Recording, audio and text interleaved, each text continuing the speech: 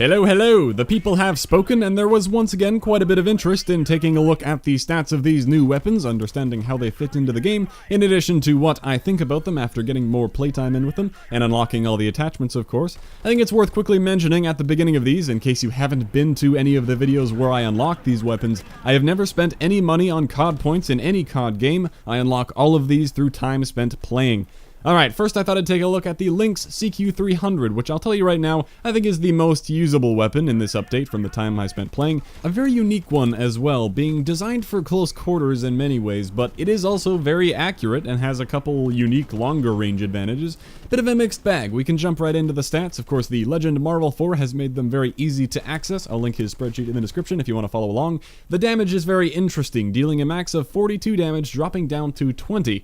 That's odd for an assault rifle in this game. Of course, first of all, 42 damage doesn't appear anywhere else in the game, except the Rangers, if those count, and most of the rifles are 40 down to 30, like the M16, AK, G3, MP44, and XMLAR, or 30 down to 20 with a higher fire rate and accuracy, like the M4 and G36. So 42 all the way down to 20, what's with that?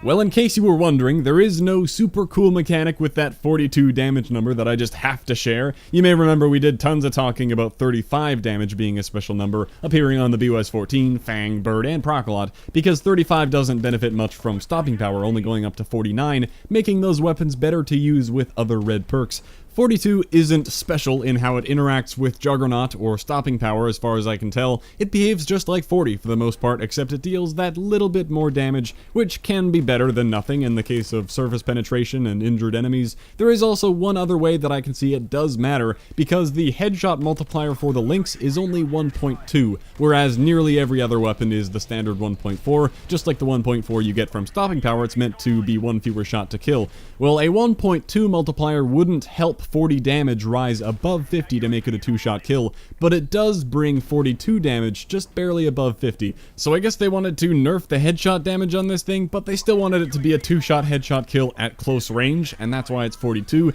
Speaking of range, this thing has the lowest range of any assault rifle by almost half. The other DLC weapons all have some funky ranges, but for reference, all of the base game assault rifle ranges dropped from 1500 units down to 2000. This Lynx drops from 750 down to 1300. To visualize that range, that's 3 shipment containers down to 5 shipment containers, at which point this thing reaches the minimum 20 damage. So it drops down to dealing 20 damage before most of the rifles even start to drop off. The M4 is still dealing that solid 30 up to 1500 units. The M16 and AK still dealing that crazy strong 40 damage. The Lynx's range is much more in line with an SMG. Most of the SMGs also start to drop off at 750 as well, but they usually end at 1000. And to quickly throw in the fire rate of the Lynx to get a complete picture, it's 800 rounds per minute, which is the second fastest AR behind the M4 at 857.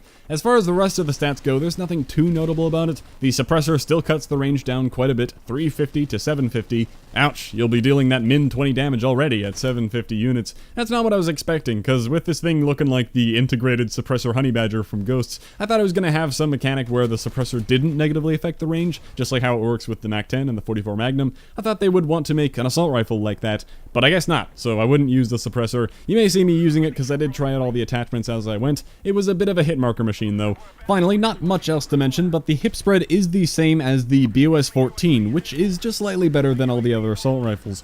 So time to interpret those stats and make them understandable. Where does this weapon fit into the game? What does it compare to? A lot of people bring up the M4 because of a higher fire rate, but I don't think so. The M4 is much more capable at those longer ranges. They're not very similar weapons. The Lynx damage and range and fire rate are all in line with an SMG. In fact, the MP5 and AK-74U deal 40 down to 20 damage, and with a 1.4 headshot multiplier, they don't need that 42 damage to be able to 2-shot headshot kill. Their range is from 750 down to 1000, and their fire rate is 800. That all sounds familiar. They're both very similar weapons to the Lynx. The 74U even more so because it has a few more assault rifle mobility properties in exchange for some more accuracy. The 74U is like the middle ground between the MP5 on the SMG side and the Lynx on the assault rifle side. So why would you want to use one of these three over the other two?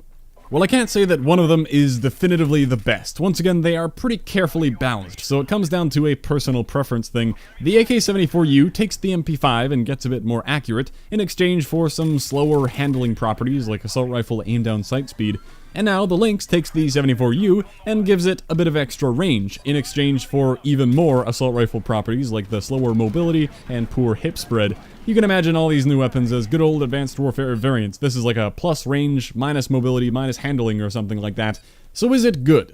Yeah, but I don't know, I don't find it to be better than the things already in the game. I think I'd rather use the 74U for up close, and one of the other ARs for long range, the M16, BOS-14, AK, XMLR, M4. I'd prefer any of those as my AR of choice. I don't love the Lynx, but it is very usable. Obviously the 74U is a great weapon, and this is very similar. There's nothing horrible about it, it's just a weird mix of things that don't make it great at close or long range, just decent at both. All the damage and range properties suggest it should be used at SMG range, close quarters, but then the poor mobility and hip spread makes that harder to do, and the very respectable accuracy and extra range means maybe it could be used at longer ranges, but then you're getting a lot of hit markers, and there's also an interesting mechanic where it has no ACOG idle sway. For comparison, here's the M16, and that's another thing that helps more with long range. Like, I want to say, well then, this gun is good with the ACOG, but is it? Do you really want the ACOG on it for close quarters combat?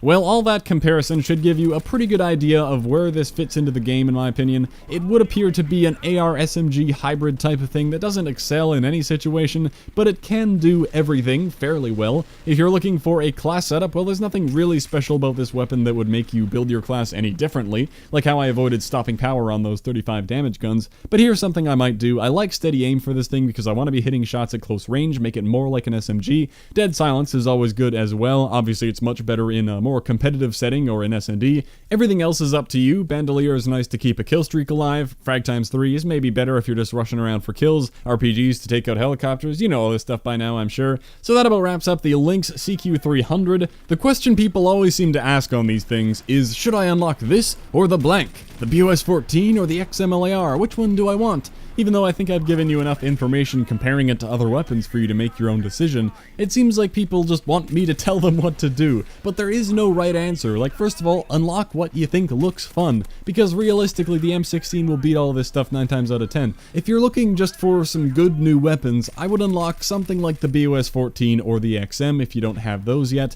The BOS with great time to kill and works well without stopping power. The XM is like an accurate but slower time to kill AK, very strong assault rifles I think. Or go for the MAC-10 and 44 Magnum. They are very useful because they serve an actual purpose as dedicated suppressed weapons since the range doesn't suffer at all. Or you could get the Rangers just because they're so unique. So if you're strapped for credits and parts, there's no reason to rush out and get the Lynx, I think, unless you think it looks really fun. But in practicality, the AK-74U is very comparable and maybe even better. That's all. Thanks for watching. I'll catch you next time.